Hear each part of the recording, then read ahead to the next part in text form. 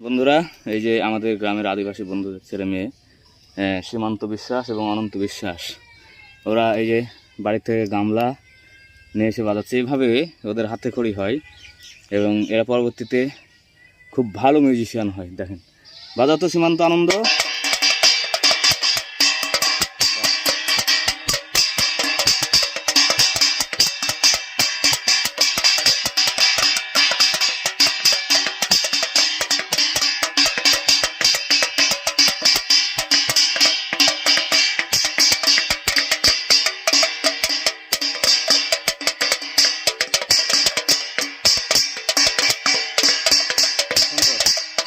তোমরা সুন্দর বাজিয়েছো।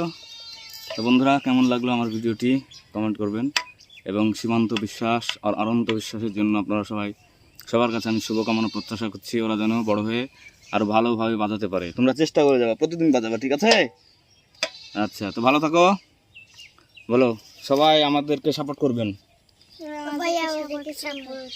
ওকে বন্ধুরা, ভালো থাকুন, সুস্থ থাকুন।